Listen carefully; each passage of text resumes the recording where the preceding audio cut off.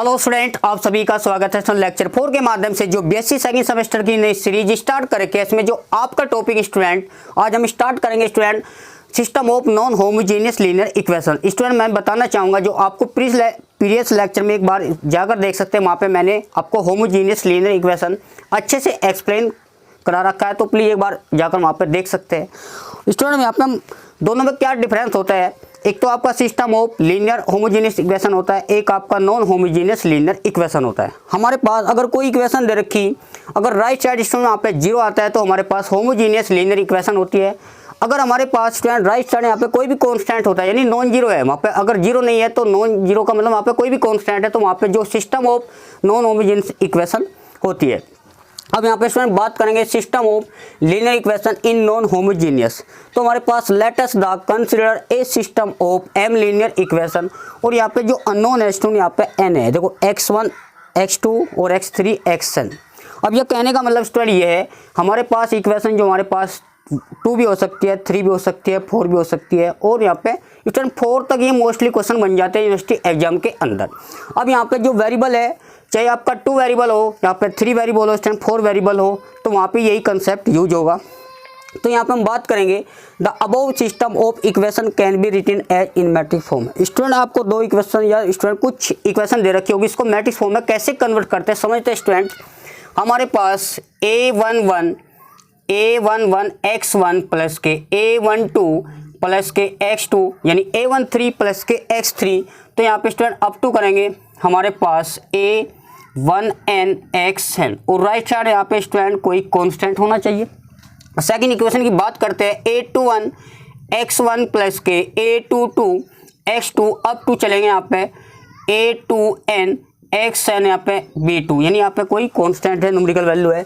अब third equation की बात करेंगे a31 a32 a33 a3n xn, तो हम इसको कंटिन्यूस करेंगे यहाँ पे अप टू। अब यहाँ पे स्टूडेंट हमारे पास अब m की बात करते हैं। यहाँ पे देखो यहाँ पे 1 2, तो यहाँ पे m लेंगे, 1 यहाँ पे सेम है, फिर यहाँ पे x1।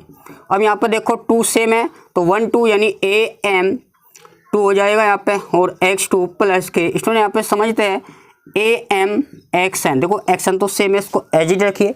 तो यहाँ पे 1 2 3 इस टाइप से, तो यहाँ पे m मान लेंगे, और ये साइड में हो जाएगा हमारे पास b1 b2 b3, और यहाँ पे हमारे पास जो आएगा वो b3 bm आएगा। अब स्टूडेंट को वहाँ पे कन्वर्ट करते हैं इसको मैट्रिक्स फॉर्म में।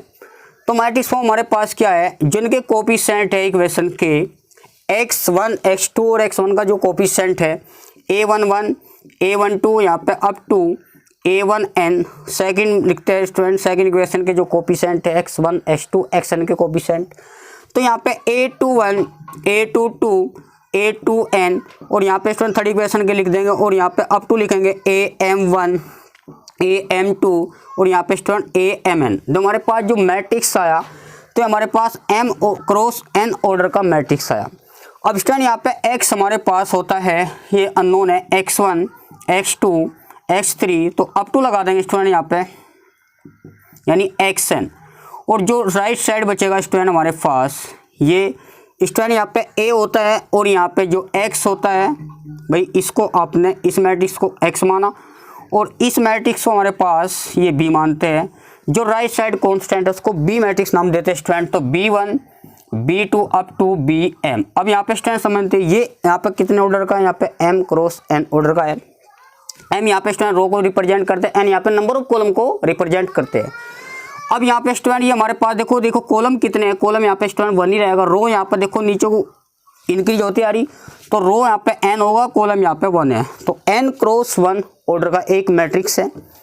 अब यहाँ पे हमारे पास रो हमारे पास m है, और कॉलम यहाँ पे स्टूडेंट किसी भी कंडीशन यहाँ पे 1 ही रहेगा, क्योंकि जो इधर के यहाँ पे b होते हैं, जो x1 x2 जो अननोन लिखे होते हैं मैट्रिक्स के अंदर, वहाँ पे कैपिटल X मानते हैं। तो स्टूडेंट इसको हम इस तरह भी समझते हैं ax इक्वल यहाँ पे b। a हमारे पास this is known as coefficient matrix. x यहाँ पे student column matrix of unknown यहाँ पे student x y z variable भी हो सकते हैं, और जो b होता है कॉलम मैट्रिक्स ऑफ कांस्टेंट। तो हम a को हम कोफिशिएंट मैट्रिक्स बोलेंगे, और यहाँ पे x को कॉलम मैट्रिक्स बोलेंगे ऑफ अननोन के। और ये हमारे पास कॉलम मैट्रिक्स ऑफ किसके हैं, कांस्टेंट के। तो हमारे पास जो राइट साइड है ये कांस्टेंट हो गए, जो एक्स वाई जेड का जो कोफिशिएंट होगा, भाई वेरिएबल तो यहाँ पे 3 भी हो सकते हैं, 2 भी हो सकते हैं, यहाँ पे 4 भी हो सकते हैं, तो उनके कोफिशिएंट यहाँ पे लिखेंगे कि नया मैट्रिक्स बनाएंगे, इसको बोलते हैं कोफिशिएंट मैट्रिक्स। अब स्टूडेंट यहाँ पे इन्होंने ये समझा रखा the above system of equation can be written as in matrix form. जो हमारे पास इक्वेशन दे रखी 2 वेरिएबल में हो सकते हैं, 3 वेरिएबल में हो सकती है, आपकी 4 वेरिएबल में हो सकती है। तो सबसे पहले हम इसको मैट्रिक्स फॉर्म में कन्वर्ट करेंगे, देन उसके बाद कंडीशन समझते हैं। स्टूडेंट ये कंडीशन काफ़ी इंपॉर्टेंट है, यहाँ से यूनिवर्सिटी से क्वेश्चन बनता है जरूर स्टूडेंट्स। तो हम यहाँ पे कंसेप्ट को समझते हैं। देखो मैंने आपको प्रीवियस लेक्चर में बता रखा, जो होमोजीनियस लीनियर इक्वेशन है वे कभी भी वहाँ पे इनकंसिस्टेंट नहीं होती। तो यहाँ पे इक्वेशन जो नॉन होमोजीनियस है यहाँ पे स्टूडेंट कंसिस्टेंट होती है और साथ साथ यहाँ पे इनकंसिस्टेंट होती है। तो यहाँ पे कंसिस्टेंट के स्टूडेंट 2 कंसेप्ट को समझते हैं।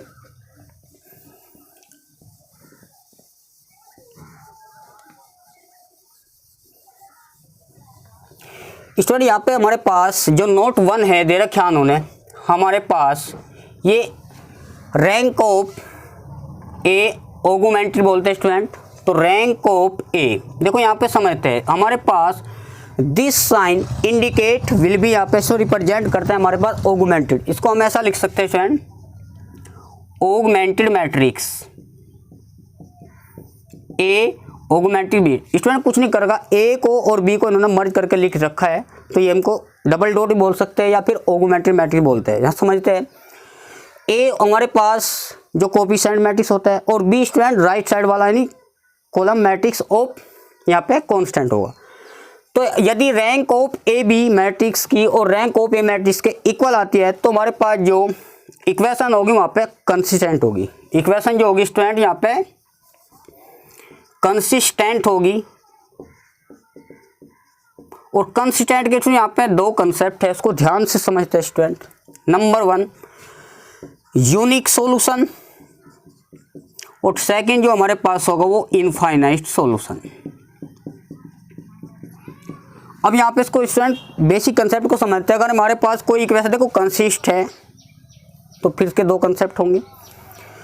अगर हमारे पास रैंक ऑफ ए बी, भाई ए बी कोई मैट्रिक्स है और रैंक ऑफ ए मैट्रिक्स के इक्वल है और साथ साथ यहाँ पे जो n है नंबर ऑफ अननोन है। अगर यहाँ पे एक्स वाई जेड है तो 3 अननोन होंगे, अगर यहाँ पे एक्स वाई है तो 2 अननोन होंगे, अगर यहाँ पे एक्स वाई जेड तीसरा अलग से मतलब डब्लू है तो वहाँ पे 4 वेरिएबल होंगे, 4 अननोन होंगे। तो अगर तीनों इक्वल है तो हमारे पास जो होगा वो यूनिक सॉल्यूशन होगा। गिवन इक्वेशन क्या होगी, कंसिस्ट तो होगी स्टूडेंट, और देयर इज सॉल्यूशन जो होगा हमारे पास यूनिक, यानी यूनिक सॉल्यूशन एग्जिस्ट करेगा जो हमारे पास इक्वेशन दे रखी होगी। अब स्टूडेंट इनफाइनाइट सॉल्यूशन को समझते हैं। अगर rank of A B matrix equal हो, देखो rank of B matrix rank तो दोनों की इक्वल होनी चाहिए but less than number of unknown. अगर नंबर ऑफ अननोन इन दोनों से ज़्यादा है, मान लो इसकी रैंक ए बी की 2 है और इसकी रैंक 2 है तो दोनों तो इक्वल है। अगर यहाँ पे वेरिएबल 3 है तो वहाँ पे उस वाले केस में जो सॉल्यूशन होगा वो इनफाइनाइट एग्जिस्ट करेगा। तो हमारे पास जो गिवन इक्वेशन है वो कंसिस्ट तो होगी और साथ साथ सॉल्यूशन जो होगा इसका नंबर ऑफ सॉल्यूशन यहाँ पे इनफाइनाइट एग्जिस्ट कर, मतलब सॉल्यूशन इनफाइनाइट एग्जिस्ट करेगा। तो यही स्टूडेंट यहाँ पे कंसिडर है। अब यहाँ पे ये इन्होंने यहाँ पे समझा रहा, कैसे बात करेंगे हमारे पास नोट 3 की, ये काफ़ी इंपॉर्टेंट है। ये भी हमारे पास अगर रैंक दोनों की rank of A matrix rank of A की इक्वल नॉट इक्वल आते हैं तो उस वाले केस में जो हमारे पास गिवन इक्वेशन होगी वहाँ पे इनकंसिस्टेंट होगी। स्टूडेंट समझते हैं, inconsistent and there is no solution, मतलब उसका कोई सॉल्यूशन ही एग्जिस्ट नहीं करेगा, तो वहाँ पे नो सॉल्यूशन हो जाएगा उस वाले केस में। कहने का मतलब यहाँ पे एक्स और वाई की वैल्यू या एक्स वाई जेड की जो वैल्यू यहाँ पे एग्जिस्ट नहीं करने की, तो उसका नो सॉल्यूशन है। स्टूडेंट मैं बताऊंगा जाऊँगा आपका स्टैंडर्ड में एक रिजल्ट होता था, अगर दोनों लाइन एक दूसरे को इंटरसेक्ट करते थे वहाँ पे यूनिक सॉल्यूशन था। हम 2 डायमेंशन की बात करें स्टूडेंट तो वहाँ पे वो condition A1/A2 B1/B2 not equal था। अगर दोनों लाइन एक दूसरे के ऊपर होती है यानी कोइंसिडेंट होती थी तो वहाँ पे वो इनफाइनाइट सॉल्यूशन बनता था, क्योंकि यहाँ पर जो लाइन है एक दूसरे को 1 पॉइंट पर कट करती है, टच करती है स्टूडेंट, इंटरसेक्ट करती है, तो वहाँ पे 1 सॉल्यूशन यानी यूनिक सॉल्यूशन होगा। अब ये दूसरी जो लाइन है इनफाइनाइट पॉइंट पर टच कर रही है, दोनों लाइन एक दूसरे पे कोइंसिडेंट है, कोइंसिडेंट में एक के ऊपर दूसरी लाइन है, तो वहाँ पे जो नंबर ऑफ सॉल्यूशन होगा वहाँ पे इनफाइनाइट होता था। यदि दोनों लाइन आपस में पैरेलल है तो उस वाले केस में आपको कंडीशन बताई थी A1/A2 B1/B2 not equal C1/C2। वहाँ पे एक्स वाई में student variable non homogeneous equation होती थी। तो यहाँ पे दोनों अगर इक्वेशन इंटरसेक्ट करते तो वहाँ पे यूनिक सॉल्यूशन है। अगर दोनों एक लाइन के ऊपर दूसरी लाइन है वहाँ पे जो इनफाइनाइट सॉल्यूशन है, और दोनों लाइन पैरेलल है उसका कोई सॉल्यूशन नहीं है। तो उस वाले केस में हम यहाँ पे 10 स्टैंडर्ड, अगर हमारे पास 2 वेरिएबल से ज़्यादा नहीं, 3 वेरिएबल, 4 वेरिएबल, 5 वेरिएबल, तो तब फिर हम रैंक वाले कंसेप्ट से करते हैं, क्योंकि यहाँ पे तो आप बेसिक के मेथड से ही करेंगे ना, तो वहाँ पे एक बेसिक से अंडरस्टैंडिंग हम समझते हैं। चलिए स्टूडेंट, हम यहाँ पे कुछ एग्जाम्पल को देखते हैं, उसको समझाने का प्रयास करते हैं।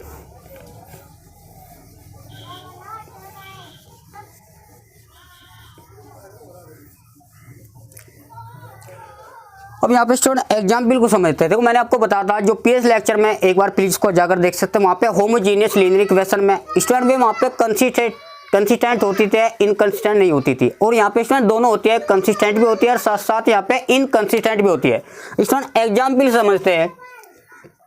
हमारे पास दे रखा स्टूडेंट एक एग्जाम्पल लेते हैं, हमारे पास 4x प्लस के 3y इक्वल यहाँ पे स्टूडेंट 2 दे रखा है, और नीचे भी दूसरी लाइन है 2 वेरिएबल के अंदर 3x प्लस के यहाँ पे 2y इक्वल यहाँ पे 7 है। This is equation non homogeneous equation. देखो मैंने आपको बताया था भाई आपको होमोजीनियस इक्वेशन क्या है, अगर x प्लस के y यहाँ पे 0 और x माइनस y यहाँ पे, यानी राइट साइड अगर 0 होता है वहाँ पे होमोजीनियस लीनियर इक्वेशन है। अगर राइट साइड यहाँ पे कोई भी कॉन्स्टेंट है तो वहाँ पे इस टाइप की इक्वेशन जो बोलते हैं हम नॉन होमोजीनियस इक्वेशन है। अब स्टूडेंट ये चेक करना है हमारे पास जो इक्वेशन है कंसिस्टेंट है या इनकंसिस्टेंट है। तो सबसे पहले हम स्टूडेंट की मैट्रिक्स फॉर्म में कन्वर्ट करते हैं। तो हमारे पास जो ए मैट्रिक्स है, x का कोफिशिएंट यहाँ पे 4 है, y का कोफिशिएंट यहाँ पे 3 है, तो फिर यहाँ पे 3 है और यहाँ पे हमारे पास 2 है, ये समझते हैं। अब यहाँ पे स्टूडेंट मैंने बताया था जो x होता है 2 वेरिएबल है x, और यहाँ पे जो b होता है स्टूडेंट 2, यहाँ पे 7 होता है। अब यहाँ पे स्टूडेंट अगर रैंक ऑफ ए के इक्वल आती है तो हमारे पास जो इक्वेशन होगी वो कंसिस्टेंट है। और कंसिस्टेंट के मैंने आपको स्टूडेंट 2 कंसेप्ट बताए, वो यूनिक सॉल्यूशन भी हो सकता है, वो इनफाइनाइट सॉल्यूशन होता है। अगर नंबर ऑफ अननोन यहाँ पे सेम है, देखो रैंक ऑफ ए बी की जो रैंक है वो ए के इक्वल होनी है, और नंबर ऑफ अननोन यहाँ पे स्टूडेंट एक्स बाई यहाँ पे नंबर ऑफ अननोन बोलते हैं यहाँ पे 2, ये मान लो उसकी रैंक 2 है, इसकी भी रैंक 2 है, और नंबर अननोन यहाँ पे वैसे भी 2 है क्योंकि एक्स वाई में रिलेशन है। तो उस वाले में केस में हमारे पास जो सॉल्यूशन होगा वो यूनिक सॉल्यूशन होगा, है ना, इक्वेशन कंसिस्टेंट होगा। अगर इसकी वैल्यू मान लो इसकी रैंक 1 है, इसकी रैंक 1 है, रैंक तो दोनों की इक्वल है, पर बट लेस यहाँ पर वेरिएबल क्या है जेड भी आ जाएगा, तो उस वाले केस में जो सॉल्यूशन होगा वो इनफाइनाइट सॉल्यूशन होगा। तो इस कंसेप्ट को समझते हैं। तो हमारे पास सबसे पहले हम रैंक और ए बी को निकालते हैं। अब रैंक जब हम ए बी को ए बी मैट्रिक्स लिखते हैं, ओगो मैट्रिक्स ए और बी, यानी यहाँ पे ए और बी को इन्होंने मर्ज करके लिख रखा है, बाकी डबल डॉट भी बोल सकते हैं स्टूडेंट। अब ए हमारे पास ये स्टूडेंट ये ए होता है 4 3 3 2, और ये डबल डॉट करके यहाँ पे जो राइट साइड होता है यानी वो बी होता है, तो हम इसको 2 7। इसमें मैंने रैंक वाले कंसेप्ट है, ये हमारे पास ये सेकंड रो है, कॉलम यहाँ पे स्टूडेंट थर्ड है, तो हम इसको 0 बनाएंगे with the help this element, ये आपको याद रखना है। तो हम स्टूडेंट इसको 0 बनाते हैं क्योंकि रैंक आपको फाइंड करनी होती है।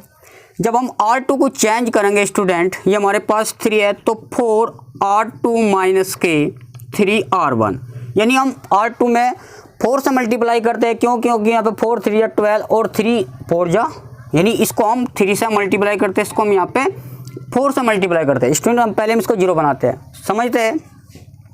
तो ये कंसेप्ट है स्टूडेंट, यहाँ पे 4 से मल्टीप्लाई करें, देखो R1 में कोई ट्रांसमिशन नहीं, R2 में ट्रांसमिशन लगा हुआ है, तो 4 3 यहाँ पे सच दैट स्टूडेंट यहाँ पे जब हम 4 से मल्टीप्लाई करेंगे और 3 से R1 को मल्टीप्लाई करेंगे, यहाँ पे 12 आ जाएगा, नहीं 0 हो जाएगा।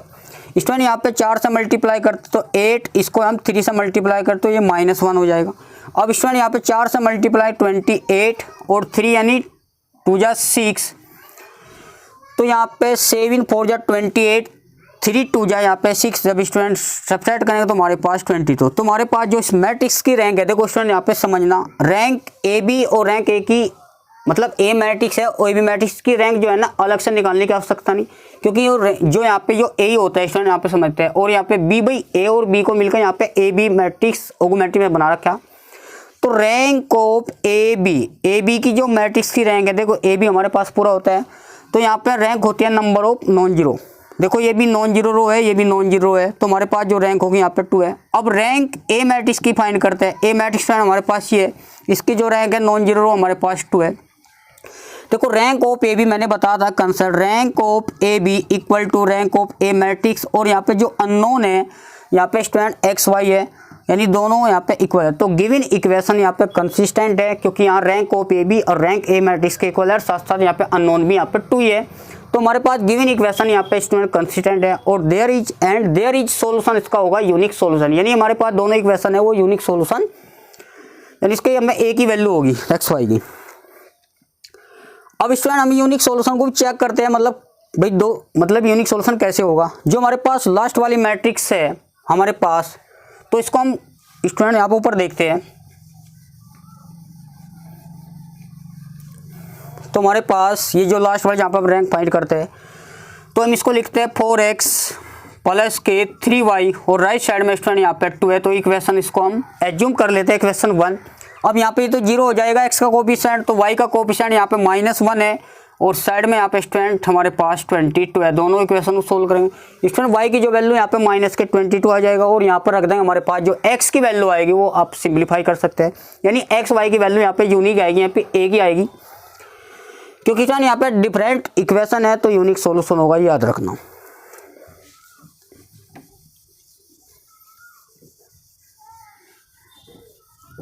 इसमें नेक्स्ट क्वेश्चन की बात करते हैं। यहाँ पे एक एग्जाम्पल है स्टूडेंट, पहले हम जो आपको 2 वेरिएबल में इक्वेशन सोल्व करना बता रहे हैं, फिर देन उसके बाद करेंगे हम 3 वेरिएबल में, फिर 4 वेरिएबल में।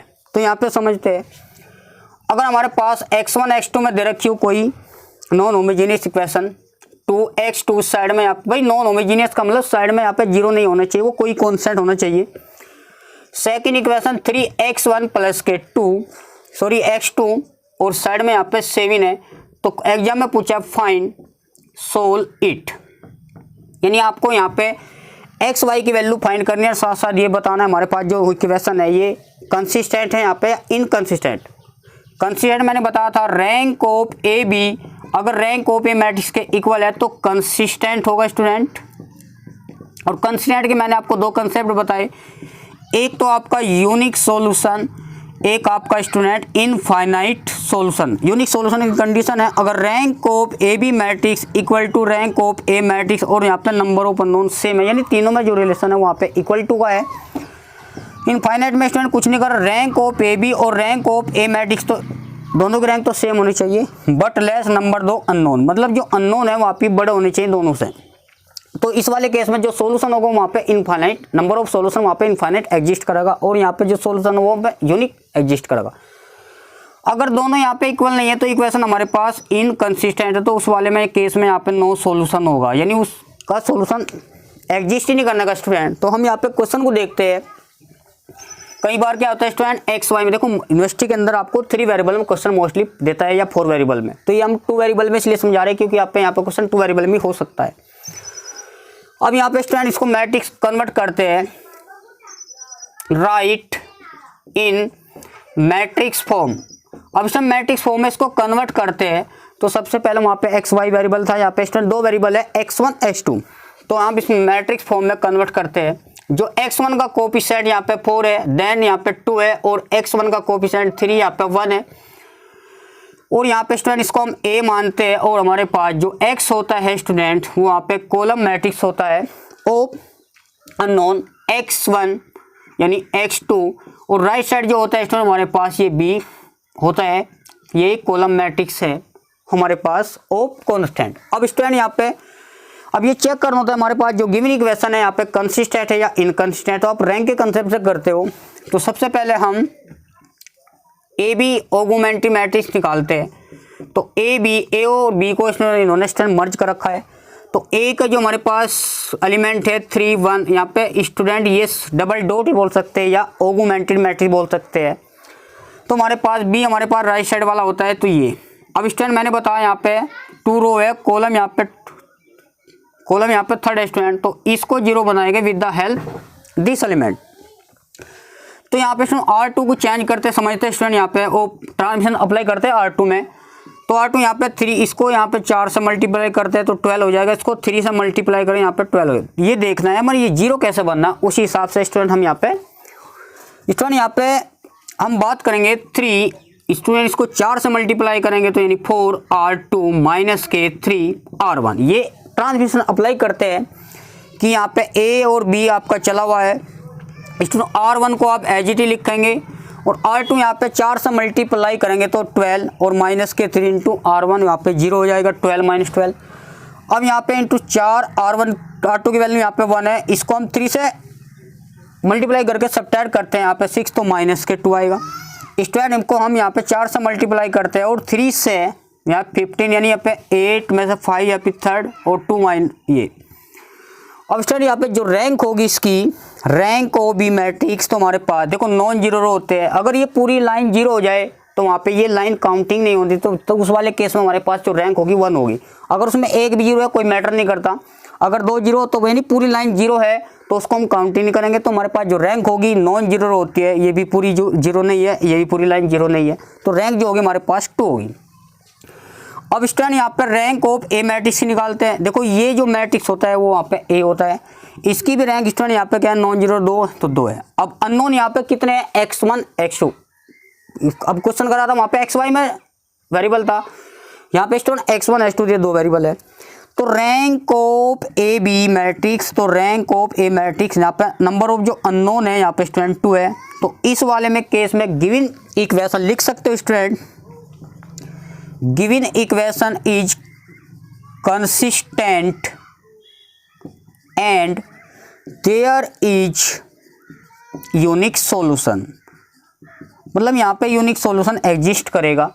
अगर दोनों यहाँ पे इक्वल नहीं थे, रैंक इक्वल नहीं है, तो वहाँ पे वो इनकंसिस्टेंट यानी वहाँ पे कोई सॉल्यूशन, नो सॉल्यूशन है। अगर यहाँ पे जो नंबर ऑफ अननोन से रैंक छोटी आती है तो उस वाले केस में वहाँ पे इनफाइनाइट सॉल्यूशन है। ये 3 कंसेप्ट है स्टूडेंट, थोड़ा इसको अच्छे से एनालिसिस कीजिए। अब स्टूडेंट नेक्स्ट क्वेश्चन की बात करते हैं।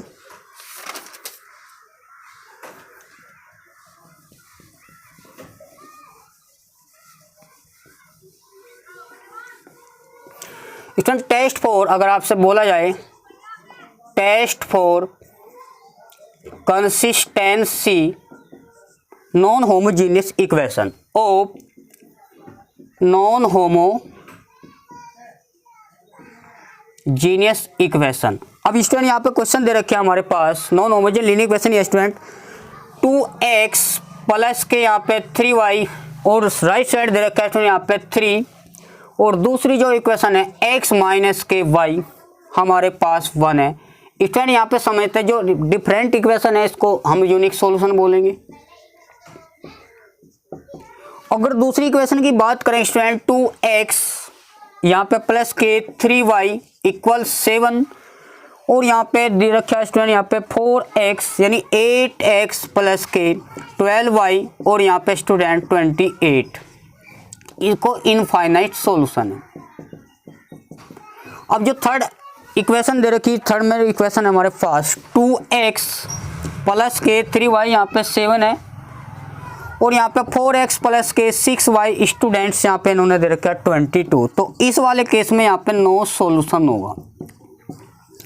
अब स्टूडेंट कंसेप्ट को समझते हैं।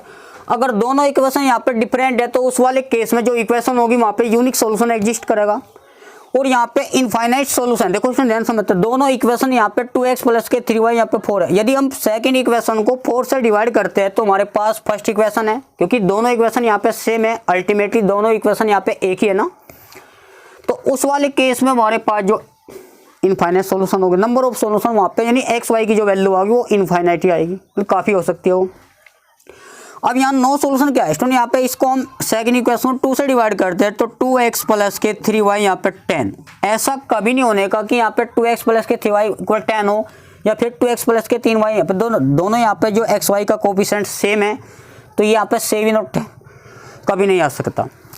तो ये जो इस वाले केस में यहाँ पे कोई एक्स वाई की वैल्यू यहाँ पे कोई मतलब नो सॉल्यूशन होगा, एक्स वाई की वैल्यू यहाँ पे एग्जिस्ट ही नहीं करती है। तो स्टूडेंट आज के लिए इतना ही, मिलते हैं नेक्स्ट लेक्चर में। Thanks for watching.